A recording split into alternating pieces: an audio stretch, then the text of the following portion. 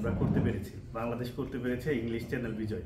সময়টা যদি আমাকে ওই টাইমটা যদি না বলতে যায় ভাই চলেন একসাথে একটু করি, তা আমি প্রথম একটু বলছিলাম না। বাংলাদেশের সাঁতার ইতিহাসে যোগ হল আরেকটি গৌরবগাথা।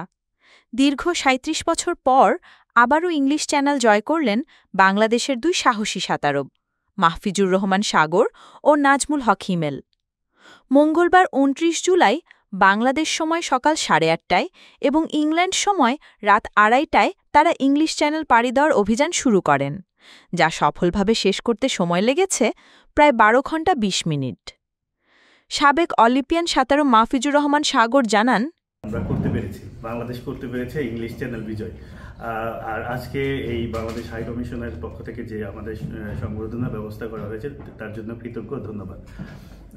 আমরা যদি বিশেষ করে আমি যদি বলি ইংলিশ চ্যানেলের এক্সপিরিয়েন্সটা, কখনোই কেউই এক্সপেক্ট করে না যে তার ইভেন্টের আগে কেউ অসুস্থ হয়ে যায়, বাট ইংলিশ চ্যানেলে এসে আমি